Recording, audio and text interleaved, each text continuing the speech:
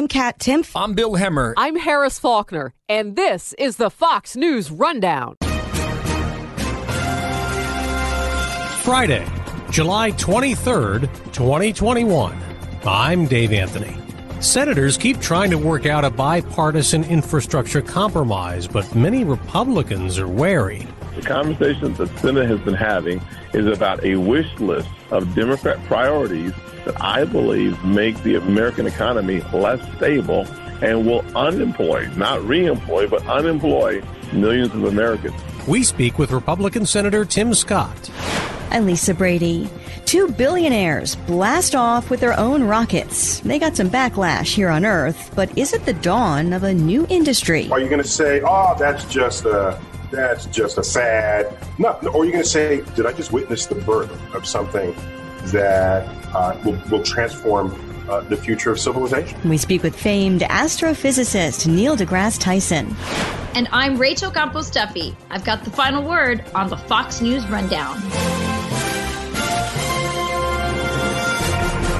It's stalled, but the trillion-dollar infrastructure plan at the Senate isn't dead, even after Republicans voted against proceeding, with Minority Leader Mitch McConnell saying, "Around here, we typically write the bills before we vote on them." Senators in both parties are still working on the specifics, but even if it ultimately passes, House Speaker Nancy Pelosi says, while we are eager for it to pass, we will not be taking it up until the Senate passes the reconciliation bill. Referring to the $3.5 trillion plan Democrats have on their own for things like child and health care, education, and combating climate change. Majority Leader Chuck Schumer. And together, they would give a massive boost to the economy, ease inflation pressures, create jobs, increase productivity, and reduce income inequality. Republicans disagree. Senator John Barrasso tells Fox it's the ultimate liberal wish list with taxes and spending and regulations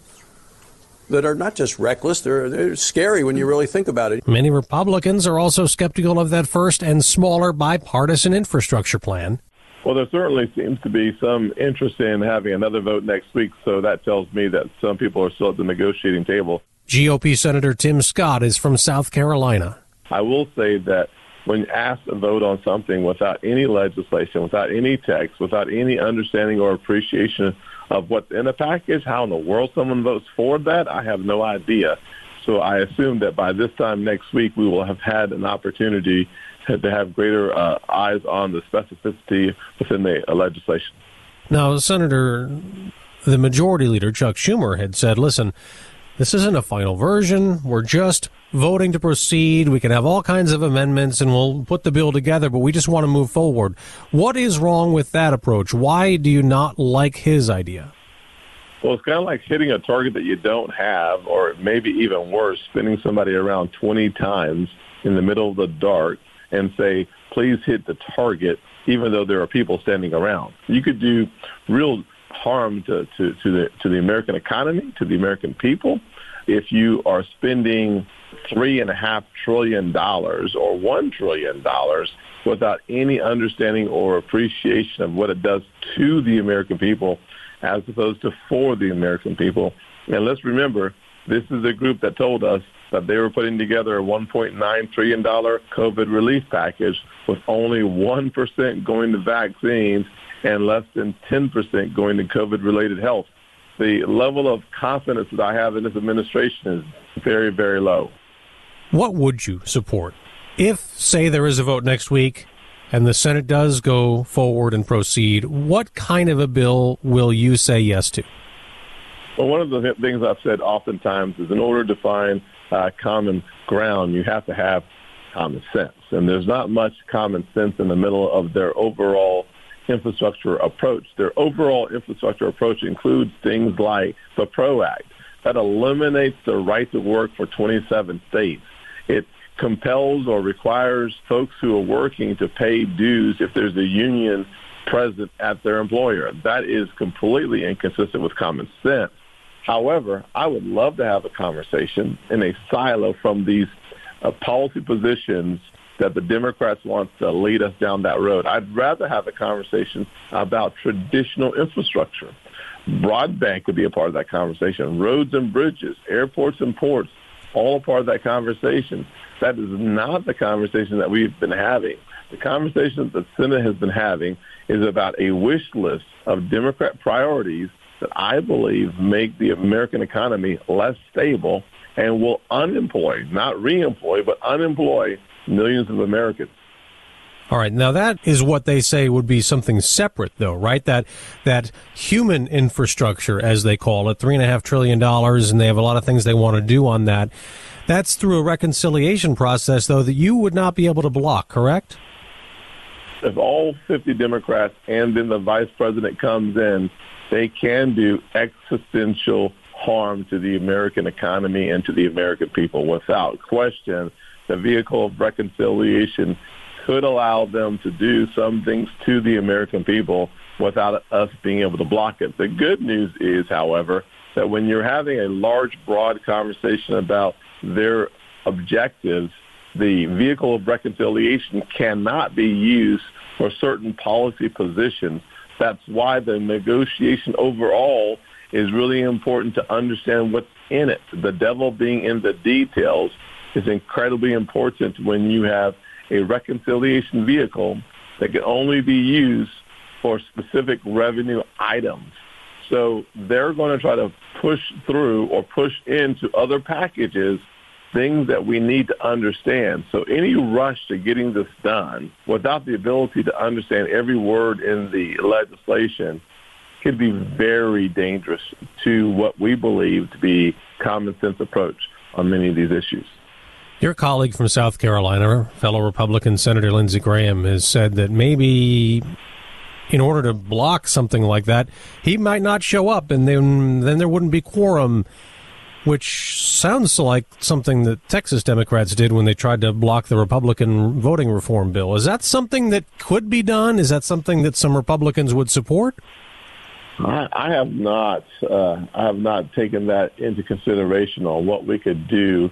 One thing I love about Lindsey Graham is he has a way of throwing jokes in the middle of serious conversations to lighten the mood. I can't imagine that happening. I think Americans all across this country have seen a loss of income because of the Biden administration's approach to things like inflation, to their approach to COVID relief.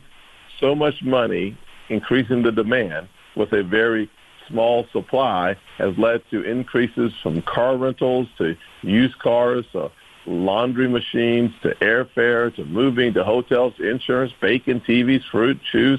All those things are up because of the Biden administration's inability to handle economic issues. The president does get pretty good marks in different polls on his handling of COVID, though. Well, if you're able to separate out the warp speed that led to the fastest delivery of a vaccine in human history, you can separate out the 5 CARES packages that were passed under the previous administration, under the Trump administration.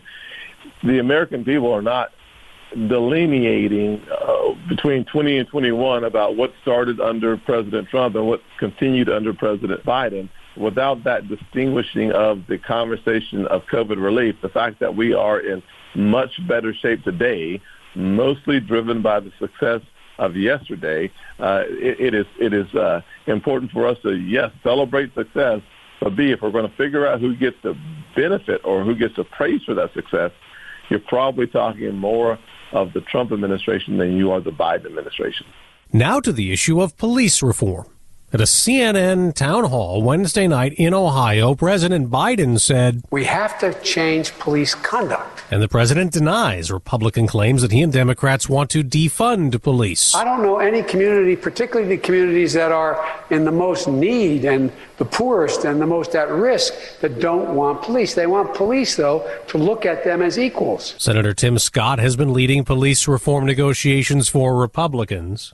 Last year, it was certainly harder to actually negotiate because it became very apparent very quickly that the Democrats wanted the issue more than the solution. They wanted to be able to have this as an election year issue. It's one of the reasons why we never brought resolution to some very important issues. And frankly, my colleagues on the right, my Republican colleagues, have been quite supportive of our approach to police reform. And the good news is for the American people who are watching us very closely, we are still at the table negotiating, but what we're not going to do is we're not throwing police under the bus. We are not going to change the qualified immunity for individual officers. We are not going to look for ways to defund the police. We are actually going to refund the police, or we're not going to have a bill. I am thankful that there are people of good intention on both sides of the aisle having this conversation, but my responsibility is to break the concepts or the notions of binary choices that don't exist. You don't have to choose between communities of color and officers. Choosing one means choosing the other. So there's no doubt that we're going to do what is in the best interest of law enforcement and the communities that they serve. And we're going to either get that done by keeping people working together, or we're going to not get it done at all. I am confident that we will have a resolution to this issue. What we had by the end of June was simply an agreement on the framing, as I had hoped for. And in July, writing the text, it takes a long, painful process. But unfortunately, we've had so little legislating that people don't remember what it looks like. This is a long process, and it should be, because we are indeed the saucer that cools the cup. Senator, you're running for re-election. You're already out there. I've seen stories. You've raised about $10 million already so far. Where are you on this, and why do you say this is the last time you'll run? This is not my profession. This is a calling, and I believe that term limits are important for every senator, in my opinion. And I think that the best way to lead is to lead by example. And so I've made the decision before I arrived in the Senate to only serve up to 2 full terms. I've served part of 1, so I can't serve more than 2 full terms based on my own commitment. And I will serve those 2 terms if the people of South Carolina allow me to. And the grace of God, if good health, I will hopefully have that chance to do so. Finally, we're running because we have work that's unfinished on my opportunity agenda. We have expanded opportunities under the previous administration, President Trump and the Republicans. We were able to bring unemployment to the lowest levels ever recorded in history for African Americans and Hispanics, a 70-year low for women, a 3.5%, a 50-year low for all Americans. So continuing to work on the economics is really important in this nation. An incentive-based economy is incredibly important. We see the success of that through opportunity zones. And then we have other issues that we have to work on. I'd like to have definitions like infrastructure mean things like our port. South Carolina Port Authority needs the resources to continue to expand our exporting opportunities around the world. We need better roads and bridges. That's a fact throughout this nation. So I'm going to continue to work on the common sense, common ground issues that every American that I've talked to think are important. And sometimes we miss those obvious things in Washington. You know, people keep bringing you up for possibly a 2024 run for the White House. Something you would consider, or what? Well, you know, I'm a Gamecock fan, and one of the things I've learned about football is you take one Saturday at a time, and if you want to be successful, there's no reason to think about the next Saturday if you haven't won the one in front of you. So my theory, and I don't mean this to be flippant, but I mean to be sincere, the most important thing I can do to continue to serve the people of South Carolina is to win in 2022. And if you can be successful at that, the good Lord knows what's next. But my greatest joy professionally has been to be the United States Senator for the great state of South Carolina, and I hope to continue to do so. Senator Tim Scott, Republican from South Carolina, of course, thank you very much for joining us. God bless. Thank you.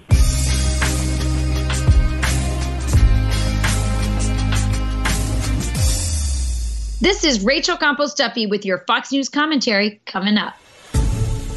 It was a launch heard round the world. And New Shepard has cleared the tower on her way to space with our first human crew. The first manned flight for Blue Origin, the space company launched by Amazon founder Jeff Bezos. What we're doing is the first step of something big. The Bezos flight, which also included the oldest and youngest ever astronauts, came less than 2 weeks after British billionaire Sir Richard Branson rode his rocket into space, each describing it as a dream come true with much more than personal meaning for the future, though not everyone on social media seems to agree.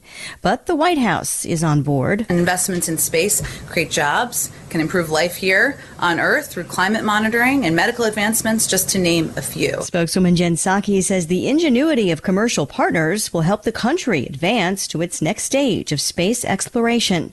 NASA is already using Elon Musk's SpaceX for cargo flights to and from the International Space Station, and Musk doesn't intend to stop there. So it seems a new kind of space race is well underway. These are the very first baby steps necessary before you open an entire new business category, all right? Space tourism. Neil deGrasse Tyson is an astrophysicist, Cosmic Queries author and host, and the director of New York's Hayden Planetarium. Now, it would probably be more accurately described as rocket tourism, right? It's not often anyone has ever launched in a rocket with a countdown. And for me, that would be a kind of an exciting thing to participate in. But these are suborbital flights where you go up just above the tip of the atmosphere, then you fall back for a couple of minutes, you're weightless. And then when you hit the atmosphere, then your weight returns. So it's a short journey, but I can imagine a day where you have full orbital space tourism, as well as possibly visiting colonies on the moon. So I'm all for it. I mean, yeah, it certainly feels like maybe kind of an icebreaker for the public, even though technically another billionaire had already, who isn't a household name, had already been in space, again, using the term space loosely because they're barely on the threshold, as you say. Well, I'm an astrophysicist, so if you're going to ask me about space, it's not going to be slightly above Earth's surface. We're going to talk about, moon, Mars, beyond to the edge of the universe. But I think it's the fact that people are using the word space signals a level of enthusiastic forward thinking about where this enterprise could ultimately land, figuratively and literally. And by the way, there's a lot of attention given unto they being billionaires. And as you correctly noted, Charles Simonyi was one of the Microsoft billionaires, went into space some years ago, bought a seat on the Soyuz capsule and went to the space station at a time when NASA was not selling seats. So that was sort of the earliest test cases of space tourism. Fact is, if they weren't billionaires and it was still happening, would then people be excited about it? I mean, I think they're being distracted by the fact that billionaires are involved. And it's really just think about it as a new kind of thing you might do when you go on a vacation. That's all. And it's the beginning of it. How often do you get to see the beginning of an entire industry?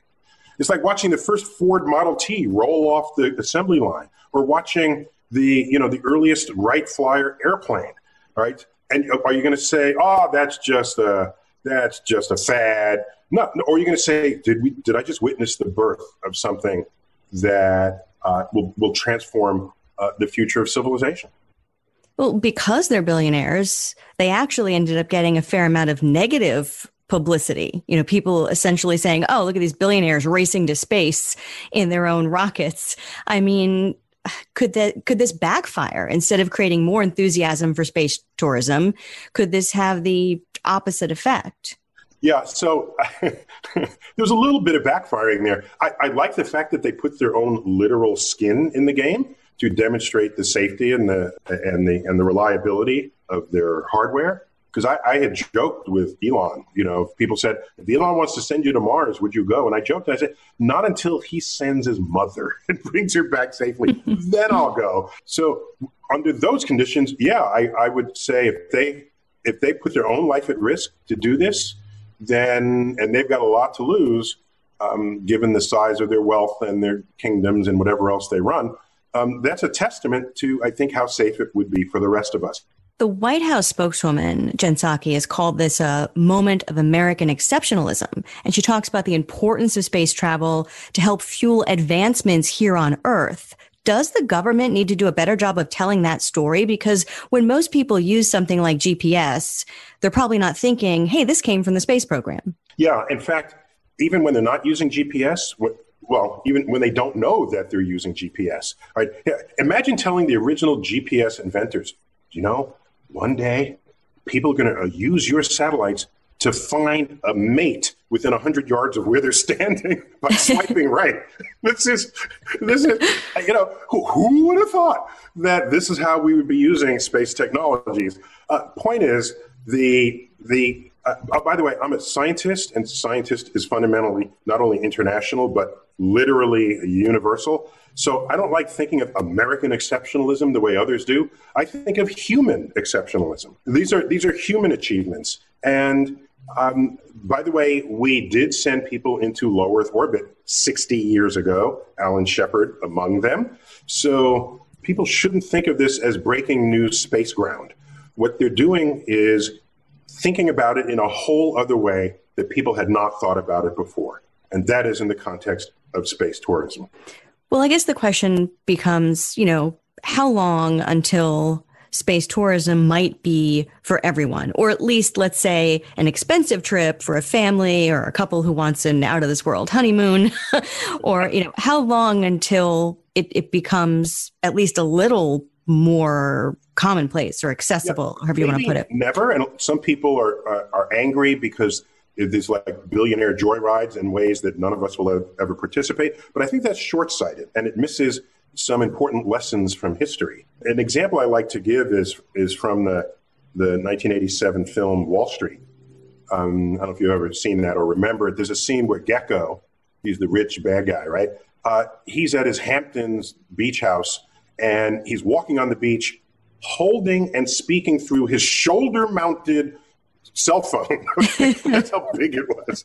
But I remembered, I said, wow, I was rich, so I can have a phone and walk on the beach and talk through it. But really, the phone wasn't very good. It was big and clumsy and heavy. Yes, but you need to be rich to talk through it. Once that technology became commoditized, now basically everybody has a cell phone, almost everybody. And it doesn't cost whatever it costs Gecko to speak through that one. And so for something to become a true industry, it's got to reach for everyone. And the past history, especially when it's technologically driven, has indeed accomplished that. So what has to happen here is you get more companies in the mix. You fly the rockets multiple times a year, dropping the amortized cost per launch. And then you get it down from $250,000 or whatever it was, 200,000 down to maybe 100,000. And in economic terms, the demand for this is elastic. So whatever you had for 200,000, you might have twice as many people who'll do it for 100,000. How about 50,000, 10,000, 5,000? All right. I would save up several vacation costs. What's it cost to take the whole family to fly to Orlando and go to Disney World? Okay. That's a lot of money, especially if you buy food there. That doubles the cost. All right. So you have this huge ticket and you say, okay, I can go to Disney World, or I can go into orbit or into space. And I think when you have that kind of choice, you'll see many more people flocking towards this as a new kind of option for them. I know SpaceX is expected to send up a ship in September with an all-civilian crew, and that trip is expected to last a few days instead of a few minutes. Would you be excited about that?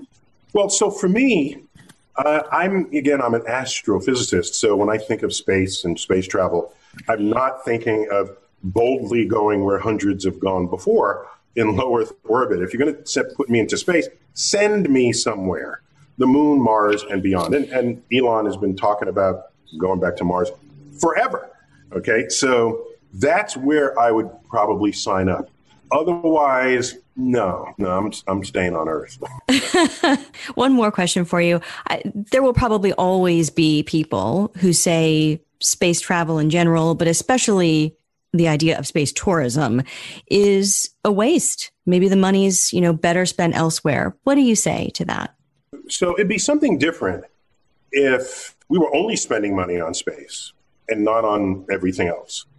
But we're also spending money on everything else. So it's just that space is really visible and garners headlines. So it leaves you thinking, why are we doing that when we should be doing this? All right. I remembered people would log that complaint about NASA, for example. Why are we putting, men on the moon? And okay, well, what are we spending to put men on the moon? And on average, it was 2-3% of the federal budget was engaged in sending astronauts to the moon. So you're going to look at that and say, we shouldn't spend that. We should then solve poverty or homelessness. What about the 98% of the rest of the budget? Okay, you're focusing on this 2% and saying that's wrong, and not even paying attention to the rest of the 98% of the federal budget that's going to all manner of things in this country. So I think that the answer here is you want a balance of what activities you engage in the world. Is anyone looking at a public art project in the middle of a square and say, this is a waste of money, it's not putting food on people's plate? Why? No, you choose art because it makes a country worth defending, that you have people going into space and creating art and composing music and doing all of these things that enrich your senses and what it is to be human. What you want to do is you do it all. And I think we can. And in many ways, I think we are. Well, thank you very much for always broadening our horizons, Neil deGrasse. Just a cosmic perspective. That's all I'm sharing with you. I and all my colleagues would tell you exactly the same thing. Neil deGrasse Tyson, thank you very, very much for your time. You got it.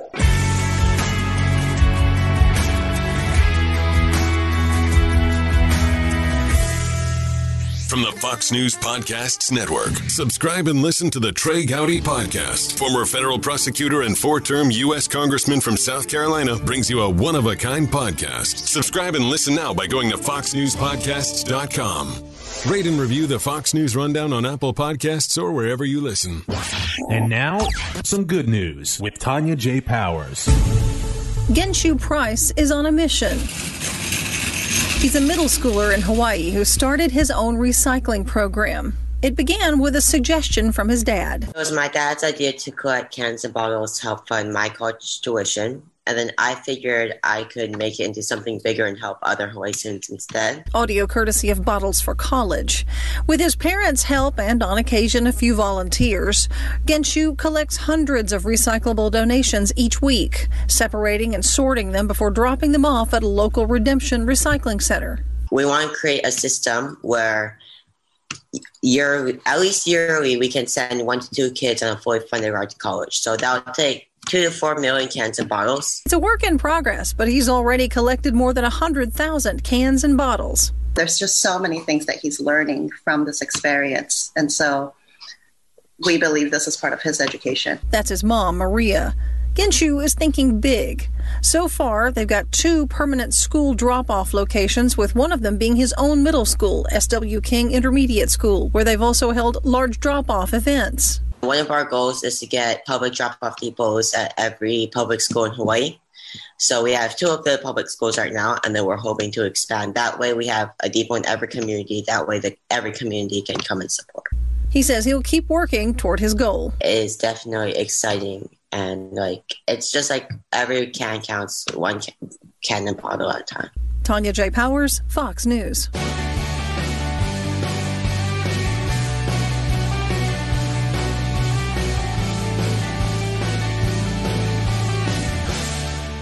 It's time for your Fox News commentary. Rachel Campos-Duffy. What's on your mind? If you spend time with Cuban and Venezuelan Catholics, you will hear about the pain inflicted on them by the man who's supposed to be their shepherd, Pope Francis. The heartache and betrayal felt by faithful Catholics, many of whom risked or continue to risk their livelihoods and their lives to practice and hold on to their faith and Christian traditions, is the reason so many freedom-loving Catholics have dubbed the Argentine Pope Papa Che, after the iconic communist murderer Che Guevara. It was more than a week after protests spontaneously erupted across the island of Cuba before Papa Che said a word about the courageous demonstrators. Following a brutal crackdown of these freedom protests, heartbreaking video and images emerged of teenagers being dragged from their homes in front of their crying parents and faced with the impossibly cruel choice of joining the military to fight against their families and their own liberation, or be sent to the gulags. While brave Cubans were being rounded up by the government's merciless secret police, Pope Francis found time to make a statement about racism in the Soccer World Cup, but not a word about the human rights abuses in Cuba. It was like a knife to the heart. It's hardly lost on Cubans living on the prison island or the millions of Cubans in exile across the world that Pope Francis isn't exactly known for holding his tongue. He publicly weighs in on virtually every social justice issue under the sun, even those that challenge church orthodoxy. In spite of the incriminating evidence against Cuba's communist regime, Pope Francis could only muster a half-hearted comment this week in his weekly Vatican address about being close to the Cuban people and a lame call for peace and dialogue. Cubans are right to wonder whether the Pope cares more about plastics in the ocean than the bodies of thousands of desperate Cubans. Love Fox News? Click the subscribe button to get more of the news and opinion you trust. And click the Fox News Rundown playlist for the latest episodes.